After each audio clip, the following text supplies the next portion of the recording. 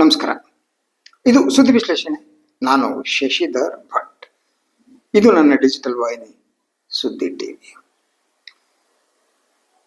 ವಿಧಾನಮಂಡಲದ ಅಧಿವೇಶನ, ಚಳಿಗಾಲದ ಅಧಿವೇಶನದ ಕೊನೆಯ ದಿನ ಬೆಳಗಾವಿಯಲ್ಲಿ ಮುಖ್ಯಮಂತ್ರಿ ಸಿದ್ದರಾಮಯ್ಯ ಸದನದಲ್ಲಿ ಮೊದಲ ಬಾರಿಗೆ ಒಂದು ಮಾತನ್ನು ಹೇಳಿದರು. ಅದು ಇಡೀ ರಾಜ್ಯದ ರಾಜಕಾರಣವನ್ನ ಇನ್ನೊಂದು ಆಯಾಮದತ್ತ ಕೊಂಡೊಯ್ಯುವ ಹೇಳಿಕೆ. ಈ ಮಾತನ್ನ ಅವರು ಎಂದೂ ಹೇಳಿರಲಿಲ್ಲ. ಅವರು ಸದನದಲ್ಲಿ ಹೇಳಿರುವ ಮಾತು ಬಹಳ ಮಹತ್ವದ್ದು. ಈ ಹೇಳಿಕೆಯನ್ನು ಮುಖ್ಯಮಂತ್ರಿಗಳು ನೀಡುತ್ತಾ ಇರುವ ಸಂದರ್ಭದಲ್ಲಿ ಉಪಮುಖ್ಯಮಂತ್ರಿ ಡಿ.ಕೆ. ಶಿವಕುಮಾರ್ ಅವರು ದೇವಸ್ಥಾನಗಳ ಭೇಟಿ ನಡೆಸ್ತಾ ಇದ್ರು. ಗೋಕರ್ಣಕ್ಕೆ ಹೋಗಿ ಶಿವನ ಆತ್ಮಲಿಂಗವನ್ನ ಸ್ಪರ್ಶ ಮಾಡಿ ಅಲ್ಲಿ ಪೂಜೆ ಮಾಡಿದ್ರು. ಹಾಗೇನೆ ಅಂಕೋಲಾ ತಾಲೂಕಿನ ಇನ್ನೊಂದು ದೇವಸ್ಥಾನಕ್ಕೆ ಹೋದರು. ಆ ದೇವಸ್ಥಾನ ಹಿಂದೊಮ್ಮೆ ಹೋದಾಗ ಅವರ ಬಯಕೆ ಈಡೇರಿತ್ತಂತೆ. ಸೊ ಈ ಬಾರಿ ಕೂಡ ಅವರ ಬಯಕೆ ಈಡೇರಿಕೆಗಾಗಿ ದೇವಸ್ಥಾನಕ್ಕೆ ಹೋಗಿ ಪೂಜೆ ಮಾಡಿದ್ರು. ಇವತ್ತು ಬೆಳಿಗ್ಗೆ ನಾಗಾ ಸಾಧುಗಳ ಒಂದು ತಂಡ ಸದಾಶಿವನಗರದ ಡಿ.ಕೆ. ಶಿವಕುಮಾರ್ ಅವರ ಮನೆಗೆ ಬಂದಿತ್ತು. ಇದನ್ನ ಇಡೀ ಈ ವಸ್ತುಸ್ಥಿತಿಯನ್ನು ವಿಶ್ಲೇಷಿಸುವ ರೀತಿ ಯಾವುದು? ಒಂದು, ಮೊದಲ ಬಾರಿಗೆ ಮುಖ್ಯಮಂತ್ರಿಗಳು ಕಾನ್ಫಿಡೆಂಟ್ ಆಗಿ ಕಾಣ್ತಾ ಇರೋದು. ಸೊ 2 ವರ್ಷ ಅಧಿಕಾರ ಹಂಚಿಕೆಯ ಒಪ್ಪಂದವೇ ಆಗಿಲ್ಲ ಅನ್ನುವ ಹೇಳಿಕೆ ಅವರು ನೀಡಿದರು. ಇದು ಬಹಳ ಮಹತ್ವದ ಹೇಳಿಕೆ. ಅಂದ್ರೆ ಅಧಿಕಾರ ಹಂಚಿಕೆಯ ಒಪ್ಪಂದವನ್ನೇ ಮುಖ್ಯಮಂತ್ರಿಗಳು ಡಿನೈ ಮಾಡ್ತಿದ್ದಾರೆ. ಆಗಿತ್ತೋ ಇಲ್ವೋ ಬೇರೆ, ಆದ್ರೆ ಈಗ ಆ ಒಪ್ಪಂದವನ್ನ ಆಗಿದ್ದರೆ ಅದನ್ನು ತಿರಸ್ಕರಿಸುವ, ಆಗದಿದ್ರೆ ಆಗಿಲ್ಲ ಅಂತ ಹೇಳುವ ಒಂದು ದೃಢವಾದ ಸ್ಟ್ಯಾಂಡ್ ಅನ್ನ ಮುಖ್ಯಮಂತ್ರಿಗಳು ತೆಗೆದುಕೊಂಡ್ರು. ಅದರ ಜೊತೆಗೆ ಯಥಾ ಪ್ರಕಾರ ನಾನು 5 ವರ್ಷ ಮುಖ್ಯಮಂತ್ರಿ ಆಗ್ತೇನೆ, ಹೈಕಮಾಂಡ್ ಹೇಳಿದ್ರು ಇರ್ತೀನಿ. ಆದ್ರೆ ಅದಕ್ಕಿಂತ ಬಹಳ ಮಹತ್ವವಾದ್ದು ಇದು. ಇದಕ್ಕೆ ಸಂಬಂಧಪಟ್ಟ ಹಾಗೆ ಉತ್ತರ ಕನ್ನಡ ಜಿಲ್ಲೆಯಲ್ಲಿ ಡಿ.ಕೆ. ಶಿವಕುಮಾರ್ ಅವರು ನೀಡಿದ ಹೇಳಿಕೆ ಏನಂದ್ರು?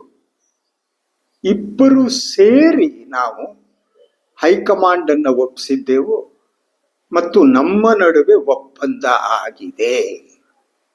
ಇದು ಒಂದು ರೀತಿಯಲ್ಲಿ ಬಹಳ ಮಹತ್ವದ. First time DK. Shivakumar announced that there was an agreement between chief minister and deputy chief minister. ಹಾಗಿದ್ರೆ ಈ ಒಪ್ಪಂದ ಆಗಿತ್ತು ಯಾವಾಗ?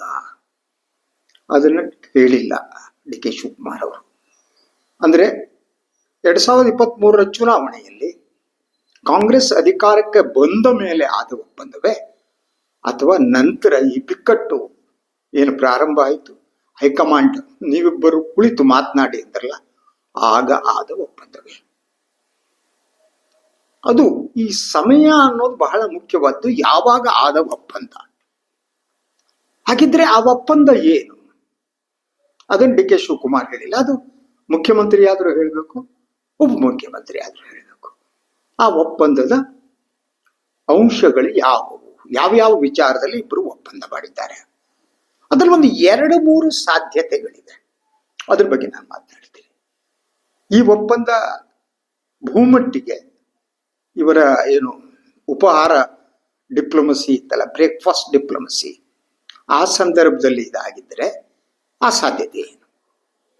ಅಥವಾ ಈ ಒಪ್ಪಂದ 2023 ಚುನಾವಣಾ ವಿಜಯದ ನಂತರ ಇವರಿಬ್ಬರ ನಡುವೆ ಒಪ್ಪಂದ ಆದ್ರದೇನು? ಈ 2 ಸಾಧ್ಯತೆಗಳನ್ನ ಇಟ್ಕೊಂಡು ನೋಡೋಣ. ಒಂದು, ಬ್ರೇಕ್ಫಾಸ್ಟ್ ಡಿಪ್ಲೊಮಸಿಯಲ್ಲಿ ಆದರೆ ಒಂದು ಸಾಧ್ಯತೆ ಒಂದು. ನಂಬರ್ 1, ಮುಖ್ಯಮಂತ್ರಿಗಳು ಏನಾದ್ರು ಎಸ್ ದೇವರಾಜ ಅರಸು ಅವರ ದಾಖಲೆಯನ್ನು ಮುರಿದು ನಾನು ಯು ಸಿ ದಟ್ ಬಜೆಟ್ ಮಂಡನೆ ಮಾಡಿದ ಮೇಲೆ ಅಧಿಕಾರ ಬಿಟ್ಟು ಕೊಡ್ತೀನಿ ಅಂತ ಹೇಳಿದ್ರ, ಅದಕ್ಕೆ ಡಿ.ಕೆ. ಶಿವಕುಮಾರ್ ಒಪ್ಪಿದ್ರ. That's a first option. ಅಥವಾ ಈಗ ತಾತ್ಕಾಲಿಕವಾಗಿ ನಮ್ಮ ನಡುವೆ ಜಗಳ ಬೇಡ, ಹೈಕಮಾಂಡ್ ಏನ್ ಹೇಳುತ್ತೋ ಅದಿಬ್ರು ಒಪ್ಪಿಕೊಳ್ಳೋಣ. ಆದ್ರಿಂದ ಈ ವಿಚಾರವನ್ನ ಸಂಪೂರ್ಣವಾಗಿ ಹೈಕಮಾಂಡ್ಗೆ ಬಿಡೋಣ ಅನ್ನೋದು ಎರಡನೇ ಒಪ್ಪಂದವೇ.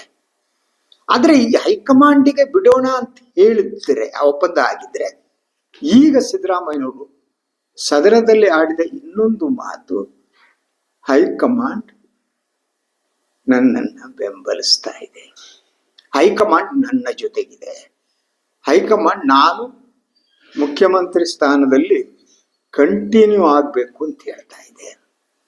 ಈ ಅರ್ಥದಲ್ಲಿ ಅವರು ಹೇಳಿದ್ದಾರೆ, ಅಂದ್ರೆ ಹೈಕಮಾಂಡ್ ನಾಯಕರು ನನ್ನ ಪರ ಅಂತ. ಸೊ ಇದು ಹೈಕಮಾಂಡ್ ನಾಯಕರು ನನ್ನ ಪರ ಅಂತ ಮುಖ್ಯಮಂತ್ರಿಗೆ ಹೇಳಿದ್ದು, ನಿಜವಾಗಿ ಹೈಕಮಾಂಡ್ ಇವರ ಪರವಾಗಿದೆಯಾ, ಅಥವಾ ಹೈಕಮಾಂಡ್ಗೆ ನೋಡಿ ಶಾಸಕಾಂಗ ಪಕ್ಷದಲ್ಲಿ ನನಗೆ ಬೆಂಬಲ ಇದೆ, ನೀವು ನನ್ನ ಪರವಾಗಿ ತೀರ್ಮಾನ ತೆಗೆದುಕೊಳ್ಳಬೇಕು ಅನ್ನುವ ಒಂದು ಸೂಚನೆಯನ್ನು ನೀಡಿದ್ರ. ಸೊ ಆದ್ರಿಂದ ಇಡೀ ಬಿಕ್ಕಟ್ಟಿಗೆ ಇನ್ನೊಂದು ಅಂದ್ರೆ, ಡಿ ಕೆ ಶಿವಕುಮಾರ್ ಹಾಕಿದ್ರೆ ಪ್ರಥಮ ಬಾರಿಗೆ ಮುಖ್ಯಮಂತ್ರಿ ತಮ್ಮ ನಡುವಿನ ಒಪ್ಪಂದ ಅಂತ ಹೇಳುವ ಮೂಲಕ ಅವರು ಈ ಹೈಕಮಾಂಡ್ ಪಾತ್ರವನ್ನ ಅವರು ಒಂದು ರೀತಿ ಡಿನೈ ಮಾಡಿದ. ಇದರಲ್ಲಿ ಹೈಕಮಾಂಡ್ ಪಾತ್ರ ಎಲ್ಲ ಮುಖ್ಯಮಂತ್ರಿ ನಾನು ಇಬ್ಬರನೇ, ನಾವಿಬ್ಬರೇ ಬಗೆಹರಿಸ್ಕೋತೀವಿ ಅಥವಾ ನಾವಿಬ್ಬರೇ ಬಗೆಹರಿಸ್ಕೋಬೇಕು ಅಂದ್ರೆ ಹೈಕಮಾಂಡ್ ಪಾತ್ರವನ್ನ ಅವರು ಡಿನೈ ಮಾಡ್ತಿದ್ದಾರೆ, ಅಥವಾ ಹೈಕಮಾಂಡ್ ನನಗೆ ಬೆಂಬಲ ಕೊಡುವುದಿಲ್ಲ ಅನ್ನುವ ತೀರ್ಮಾನಕ್ಕೆ ಅವರು ಬಂದಿದ್ದಾರೆ. ನಾನು ಮತ್ತು ಮುಖ್ಯಮಂತ್ರಿಗಳು ಈ ಒಂದು ಬಿಕ್ಕಟ್ಟನ್ನ ಬಗೆಹರಿಸ್ಕೋಬೇಕಾಗಿದೆ, ನಾವಿಬ್ರೇನೆ, ಹೈಕಮಾಂಡ್ ಸುಮ್ಮನಿದೆ. ಸೊ ಬಹುಮಟ್ಟಿಗೆ ಇದು ಸತ್ಯ ಅನ್ಸುತ್ತೆ. ದೆಹಲಿಯಿಂದ ಬಂದ ವರ್ತಮಾನಗಳ ಪ್ರಕಾರ ಹೈಕಮಾಂಡ್ನವ್ರು ನೋಡಿ, ನೀವಿಬ್ಬರೇ ಕುಳಿತು ಬಗೆಹರಿಸ್ಕೊಳ್ಳಿ, ನಮ್ಮ ಬಳಿ ಬರಬೇಡಿ, ನಿಮಗೆ ಬಿಟ್ಟಿದ್ದು. ಈ ಸಂದೇಶವನ್ನ ಕಾಂಗ್ರೆಸ್ ಹೈಕಮಾಂಡ್ ನೀಡಿದೆ ಅನ್ನುವ ಮಾತಿದೆ. ಸೊ ಆದ್ದರಿಂದ ಅಂದ್ರೆ ನೀವಿಬ್ಬರೇ ಬಗೆಹರಿಸಿಕೊಳ್ಳಿ ಅನ್ನುವ ಮಾತನ್ನ ಹೈಕಮಾಂಡ್ ಹೇಳಿದ್ರೆ, ಡಿ ಕೆ ಶಿವಕುಮಾರ್ ಅವರಿಗೆ ಇದು ಹಿನ್ನಡೆ ಅಂತ. ಯಾಕೆ? ಸೊ ಡಿ ಕೆ ಶಿವಕುಮಾರ್ ಇದುವರೆಗೆ ನಂಬಿಕೊಂಡು ಬಂದದ್ದು ಕಾಂಗ್ರೆಸ್ ಹೈಕಮಾಂಡ್ ಅನ್ನ. ಕಾಂಗ್ರೆಸ್ ಪಕ್ಷಕ್ಕೆ ನಾನು ಸಲ್ಲಿಸಿರುವ ಸೇವೆ ಏನಿದೆ ಅದಕ್ಕೆ ನನಗೆ ಕೂಲಿ ಕೊಡಿ ಅವ್ರು ಕೇಳ್ತಾ ಇದ್ದು, ಕೂಲಿಯನ್ನ ಕೇಳ್ತಾ ಇದ್ದಾರೆ. ಅದ್ರ ಜೊತೆಗೆ ಕಾಂಗ್ರೆಸ್ ಪಕ್ಷಕ್ಕೆ ಕಳೆದ ಸುಮಾರು 2 ದಶಕಗಳಿಂದ ನನಗೆ ಗೊತ್ತಿರೋ ಹಾಗೆ ಕಾಂಗ್ರೆಸ್ ಪಕ್ಷಕ್ಕೆ ಬೆನ್ನೆಲುಬಾಗಿ ನಿಂತರು ಡಿ ಕೆ ಶಿವಕುಮಾರ್. ಸಂಪನ್ಮೂಲಗಳ ಕ್ರೋಢೀಕರಣ, ಕಾಂಗ್ರೆಸ್ಗೆ ಬಿಕ್ಕಟ್ಟು ಯಾವುದೇ ರಾಜ್ಯದಲ್ಲಿ ಬರಲಿ ತಕ್ಷಣ ಅಲ್ಲಿ ದೌಡಾಯಿಸಿ ಹೋಗಿ ಬಿಕ್ಕಟ್ಟನ್ನ ಬಗೆಹರಿಸುವಂತಹದ್ದು. ಸೊ ಇದು ಎಲ್ಲದ ಕಾರಣದಿಂದ ಅವರು ಕಾಂಗ್ರೆಸ್ ಹೈಕಮಾಂಡ್ ತಮ್ಮ ಬೆಂಬಲಕ್ಕೆ ಬರಬಹುದು ಅಂತ ನಂಬಿಕೊಂಡಿದ್ರು. ಆದರೆ ಕಾಂಗ್ರೆಸ್ ಹೈಕಮಾಂಡ್ ಬೆಂಬಲಕ್ಕೆ ಬಂದಂತೆ ಅನ್ನಿಸ್ತಾ ಇಲ್ಲ. ಯಾಕೆಂದ್ರೆ ನೋಡಿ, ರಾಹುಲ್ ಗಾಂಧಿಯವರು ಕನಿಷ್ಠ 3 ತಿಂಗಳುಗಳ ಕಾಲ ಅಪಾಯಿಂಟ್ಮೆಂಟ್ ಕೇಳಿದ್ರು ಡಿ ಕೆ ಶಿವಕುಮಾರ್ಗೆ ಅಪಾಯಿಂಟ್ಮೆಂಟ್ ಕೊಟ್ಟಿಲ್ಲ. ಅದರ ಬದಲಾಗಿ ಈ ವೋಟ್ ಚೋರಿ ಇದಕ್ಕೆ ಸಂಬಂಧಪಟ್ಟ ಹಾಗೆ ದೆಹಲಿಯಲ್ಲಿ ಏನು ಸಭೆ ಆಯಿತು, ಔತಣಕೂಟದಲ್ಲಿ 1.5 ನಿಮಿಷ ಮಾತನಾಡಿದ್ದು. ಅದೇನಕ್ಕೂ ಪ್ರಯೋಜನ, 1.5 ನಿಮಿಷ ಏನು? ಚೆನ್ನಾಗಿದ್ದಾರೆ ಸರ್, ನಮಸ್ಕಾರ ಸರ್. ಸೊ ನಮ್ಮ ಕರ್ನಾಟಕ ನೋಡ್ರಿ, ನೋಡೋಣ. ಅಲ್ಲ ಸರ್, ಕರ್ನಾಟಕದ ನಾವಿದೀವಿ, ಆದಷ್ಟು ಬೇಗ ಬಗೆಹರಿಸ್ತೀವಿ. ಇದು ಚರ್ಚೆ ಇಲ್ಲ, ಒಂದು ಎಶ್ಯೂರೆನ್ಸ್. ಅಂದ್ರೆ ಆದಷ್ಟು ಬೇಗ ಬಗೆಹರಿಸ್ತೀವಿ, ಅಲ್ಲಿವರೆಗೆ ನೀವು ಸುಮ್ಮನಿರಿ ಅಂತ. ಒಂದು ರೀತಿಯ ಹೈಕಮಾಂಡ್ ಇದು ಕೈ ತೊಳೆದುಕೊಂಡಂತೆ ಅಲ್ವಾ? ಸೊ ಅದರಿಂದ ಹೈಕಮಾಂಡ್ ಕೈ ತೊಳೆದುಕೊಂಡಿರುವುದರಿಂದ ಡಿ ಕೆ ಶಿವಕುಮಾರ್ ಬೇರೆ ದಾರಿ ಏನು? ಇದು ಬಹಳ ಮುಖ್ಯವಾದ ಪ್ರಶ್ನೆ. ಸೊ ನಮ್ಮಲ್ಲಿ ಹೇಳ್ತಾರೆ ದೇವರೇ ದಿಕ್ಕು ಅಂತ. ಡಿ ಕೆ ಶಿವಕುಮಾರ್ ಆ ಸ್ಥಿತಿಗೆ ಬಂದಿದ್ದಾರೆ. ಮುಖ್ಯಮಂತ್ರಿಗಳು ಹೈಕಮಾಂಡ್ ನನ್ನ ಪರ ಅಂತಾರೆ, D K Shivakumar high command D K Shivakumar ಅವ್ರನ್ನ ಕೈ ಬಿಡ್ತಾ. ಆ ಕಾರಣಕ್ಕಾಗಿ ಈಗ ದೇವರೇ ಗತಿ ಅನ್ನುವ ಒಂದು ಸ್ಥಿತಿಗೆ ಡಿ ಕೆ ಶಿವಕುಮಾರ್ ಬಂದ್ರ. ಈ ಬಗ್ಗೆ ಸ್ಪಷ್ಟವಾಗಿ ಹೇಳಕ್ಕಾಗಲ್ಲ, ಯಾಕಂದ್ರೆ ಅವರ ಟೆಂಪಲ್ ರನ್ ಹೊಸ್ತೇನಲ್ಲ. ಅವರ ವಿಜಯದಲ್ಲೂ ಸೋಲಿನಲ್ಲೂ ಯಾವಾಗಲೂ ಕೂಡ ದೇವರನ್ನ ನಂಬುವಂಥವ್ರು. ಎಲ್ಲಿ ಯಾವ ದೇವಸ್ಥಾನಕ್ಕೆ ಹೋಗಿ ಪೂಜಾ ಹವನ ಪ್ರತಿಯೊಂದನ್ನು ಮಾಡಿಸುವಂಥವ್ರು. ಅದರಿಂದ ಅವರು ಹೊಸದಾಗಿ ದೇವರನ್ನು ನಂಬಿದ್ದಾರೆ ಅಂತ ಅಲ್ಲ. ಆದರೆ ಮನುಷ್ಯ ದೇವರ ಹತ್ರ ಹೆಚ್ಚು ಹೆಚ್ಚು ಹೋಗೋದು 2-3 ಕಾರಣದಿಂದ. ಒಂದು, ನನಗೆ ಇಂಥದನ್ನು ಕೊಡು, ದಯಪಾಲಿಸು, ವರ ಕೊಡು ಅನ್ನೋದು. ಇನ್ನೊಂದು, ಎಲ್ಲವೂ ಮುಗಿದ ಮೇಲೆ ಅಸಹಾಯಕರಾದಾಗ ನಮಗೆ ದೇವರ ಆಶೀರ್ವಾದ ಇರಲಿ ಅನ್ಸೋ ಪ್ರಾರಂಭ ಆಗುತ್ತೆ. ಅದು ಅಸಹಾಯಕತೆ. ನಮ್ಗೇನು ದಾರಿ ಇಲ್ಲ, ಈಗ ದೇವರೇ ದಿಕ್ಕು ಅಂತ. ಹಾಗಿದ್ರೆ ಡಿ ಕೆ ಶಿವಕುಮಾರ್ ಆ ಸ್ಥಿತಿಗೆ ಬಂದ್ರ? ಹಾಗೆ ನೋಡಿದ್ರೆ ಅವ್ರ ಆ ಸ್ಥಿತಿಗೆ ಬರೋವರು ಎದ್ದು ಓಡಿ ಹೋಗೋ ಮನುಷ್ಯ ಅಲ್ಲ. ಇಸ್ ಬಾರ್ನ್ ಫೈಟರ್, ಅನುಮಾನನೇ ಇಲ್ಲ. ಆದರೆ ಬಾರ್ನ್ ಫೈಟರ್ ಆದ್ರೂ ಯಾವುದೋ ಒಂದು ಸಂದರ್ಭದಲ್ಲಿ ಹತಾಶೆ ಆಗುವುದಲ್ವ. ಸೊ ಆ ಸ್ಥಿತಿ ಇದೆಯಾ ಅವರಿಗೆ ಅಂತ. ಆದರೆ ಅವರ ಬೆಂಬಲಿಗರು ಮಾತ್ರ ಯಥಾ ಪ್ರಕಾರ ಚಾನಲ್ಗಳ ಮುಂದೆ ಡೇಟ್ ಕೊಡ್ತಾರೆ ಇದ್ದಾರೆ. ಸೊ ಅವರು ಯಾರು, ನಾನು ಹೇಳಿದೆ, ಚನ್ನಗಿರಿ ಶಾಸಕರು ಬಸವರಾಜ್ ಅವರು, ಇಲ್ಲ ಸೂರ್ಯ ಪಥ ಬದಲಿಸ್ತಾನೆ, ಇನ್ನೊಂದು ಮಾಡ್ತಾನೆ. ಆದರೆ ಕಾಂಗ್ರೆಸ್ ಸೂರ್ಯ ಪಥ ಬದಲಿಸುವ ಲಕ್ಷಣಗಳು ಕಾಣ್ತಾ ಇಲ್ಲ. ಇದೆಲ್ಲ ಏನು ಗೊತ್ತಾ, ಒಂದು ರೀತಿ ಚಾನಲ್ಗಳಿಗೆ ಒಂದು ಹೇಳಿಕೆ ಅಷ್ಟೇ, ಬೆಳಗಿನ ಸಂಜೆವರೆಗೆ ಉಜ್ಜೋದಷ್ಟೇ. ಅದು ಸೀರಿಯಸ್ ಅಂತಲ್ಲ. ನೀವು ರಾಜಕೀಯವನ್ನು ಸೀರಿಯಸ್ ಆಗಿ ವಿಶ್ಲೇಷಣೆ ಮಾಡಿದರೆ ಈ ಗೂಟದ ಹೇಳಿಕೆಗಳಿವೆ ಅಲ್ಲ, ಗೂಟದ ನಮ್ಮ ಚಾನಲ್ನವ್ರು ಹಿಡಿಯೋದು, ಅದಕ್ಕೆ ಯಾವ ಬೆಲೆನೂ ಇರಲ್ಲ, ಸುಮ್ಮನೆ ಹೇಳ್ತಾ ಹೋಗ್ತಾರೆ. ಮತ್ತೆ ಅದ್ರ ಜೊತೆಗೆ ನಾನು ಹಿಂದಿನೂ ಹೇಳಿದೆ, ಡಿ ಕೆ ಶಿವಕುಮಾರ್ ಈ ಚಿಲ್ಟು ಪುಲ್ಟುಗಳ ಹತ್ರ ಏನು ಹೇಳಿಕೆ ನೀಡ್ಬಿಡಿ ಅಂತ. ಅವ್ರಿಗೆ ಎಡ್ವರ್ಸ್ ವರ್ಕ್ ಆಗುತ್ತೆ. ಆ ರಾಮನಗರದ ಎಮ್.ಎಲ್.ಎ ಪದೇ ಪದೇ ಹೇಳೋದು, ಈ ಚನ್ನಗಿರಿ ಎಮ್.ಎಲ್.ಎ ಅವ್ರಿಗೆ ಒಂದು ಸ್ಟ್ಯಾಂಡಿಂಗ್ ಇಲ್ಲ ಕಣ್ರಿ. ಫಸ್ಟ್ ಟೈಮ್ ಆಯ್ಕೆ ಆದವರು ಈ ರೀತಿ ಹೇಳುವ ಮೂಲಕ ಅದು ಹೈಕಮಾಂಡ್ವರೆಗೆ ಹೋಗುತ್ತೆ. ಈಗ ಹೋಗ್ತೀವಿ, ಇನ್ನೊಂದ್ಸಲ ಹೋಗ್ತೀವಿ, ಡೆಲ್ಲಿ ಹೋಗ್ತೀವಿ, ಈ ರೀತಿ ಮಾತನಾಡ್ಬಿಟ್ಟು ಹೈಕಮಾಂಡನ್ನ ಅವರು ಬೇಸರಕ್ಕೆ ಕಾರಣ ಆಗ್ತಾರೆ ಇವರು. ಸೊ ಅದರಿಂದ ಅವರು ಡಿ ಕೆ ಶಿವಕುಮಾರ್ ಅವರು ಮುಖ್ಯಮಂತ್ರಿ ಆಗಬೇಕು ಅಂತ ಯಾರಿಗಾದ್ರೂ ಕಾಂಗ್ರೆಸ್ನಲ್ಲಿ ಬಯಕೆ ಇದ್ರೆ ಅವರು ಹೇಳಿಕೆ ಕೊಡುವುದನ್ನು ಮೊದಲು ನಿಲ್ಲಿಸಬೇಕು. ಅನಗತ್ಯ ಹೇಳಿಕೆಗಳಿದೆಯಲ್ಲ, ಅದು ರಾಜಕಾರಣದಲ್ಲಿ ಅದು ಡ್ರಾಬ್ಯಾಕ್. ಅದು ಬೇರೆ ರೀತಿಯ ಬೆಳವಣಿಗೆ ಕಾರಣ ಆಗುತ್ತೆ. ಗುಣಾತ್ಮಕ ಅಲ್ಲ, ಋಣಾತ್ಮಕ ಬೆಳವಣಿಗೆಗಳು. ಸೊ ಅದರಿಂದ D K Shivakumar first he should do that.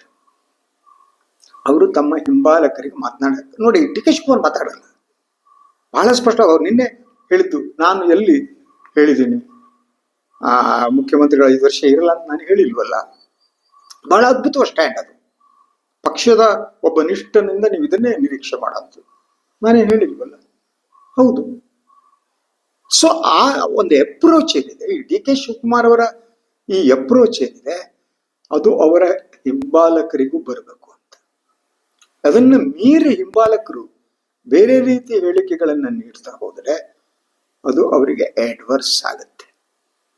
ಎಡ್ವರ್ಸ್ ಆದ್ಮೇಲೆ ಅದು ಮತ್ತೆ ಸರಿಪಡಿಸಕ್ಕಾಗಲ್ಲ. ಒಂದ್ಸಲ ಆದ್ಮೇಲೆ ಅವ್ರು ದೆಹಲಿಗೆಲ್ಲ ಕಳಿಸ್ತಾರೆ, ಯಾರ ಹತ್ರ ಹೇಳಿಕೆ ಕೊಡಿಸ್ತಾರೆ, ಅದಕ್ಕೆ ತಲೆ ಕೊಡ್ಬೇಕಾದವ್ರು ಡಿ ಕೆ ಶಿವಕುಮಾರೇ ಆಗ್ತಾರೆ, ಬೇರೆಯವರಲ್ಲ. ಇವ್ರಿಗೆ ಗೊತ್ತಾಗಲ್ಲ. ಇವಕ್ಕೆ ಈ ಸಣ್ಣ ಪುಟ್ಟು ಈ ಚಿಲ್ಟು ಪುಟ್ಟುಗಳು ಇರ್ತಾವಲ್ಲ, ಫಸ್ಟ್ ಟೈಮ್ ಆಯ್ಕೆ ಆದವರು, ಅವ್ರು ಏನೇನೋ ಹೇಳೋದಕ್ಕೆ ಹೋಗಿ ಮಾಧ್ಯಮದವ್ರು ಏನೋ ಪ್ರಶ್ನೆ ಕೇಳಿ ಇವ್ರು ಇನ್ನೊಂದೇನೋ ಹೇಳಿ ಇಡೀ ಪರಿಸ್ಥಿತಿಯನ್ನು ಹಾಳು ಮಾಡ್ತಾರೆ. ಸೊ ಡಿ ಕೆ ಶಿವಕುಮಾರ್ ಮೊದಲು ಆ ಕೆಲಸವನ್ನು ಮಾಡಬೇಕು. ಸೊ ಅದರಿಂದ ಈಗ ಒಟ್ಟಾರೆಯಾಗಿ ಈ ಕುರ್ಚಿ ಕದನ ಇನ್ನೊಂದು ಹಂತವನ್ನು ತಲುಪಿದೆ. ಒಂದೆಡೆ ಮುಖ್ಯಮಂತ್ರಿಗಳ ದೃಢ ನಿಲುವು, ಇನ್ನೊಂದು ಕಡೆ ದೇವರೇ ದಿಕ್ಕು ಅಂತ ನಂಬುದ್ರ D K Shivakumar. Let's wait and see. ಇದು ಇವತ್ತಿನ ಸುದ್ದಿ ವಿಶ್ಲೇಷಣೆ. ಇನ್ನೊಂದು ವಿಚಾರ ಮತ್ತೆ ಬರ್ತೀನಿ. ನನ್ನ ಮನೆ ಲೈಕ್ ಮಾಡಿ, ಸಬ್ಸ್ಕ್ರೈಬ್ ಮಾಡಿ, ಬೆಲ್ ಐಕಾನ್ ಪ್ರೆಸ್ ಮಾಡೋದಕ್ಕೆ ಮರಿಬೇಡಿ. ಹಾಗೇನೆ ಸಾಧ್ಯ ಆದರೆ ಸಹಾಯ ಮಾಡಿ, ಸ್ವತಂತ್ರ ಪತ್ರಿಕೋದ್ಯಮವನ್ನು ಬೆಂಬಲಿಸಿ, ನನ್ನನ್ನು ಆಶೀರ್ವದಿಸಿ. ನಮಸ್ಕಾರ.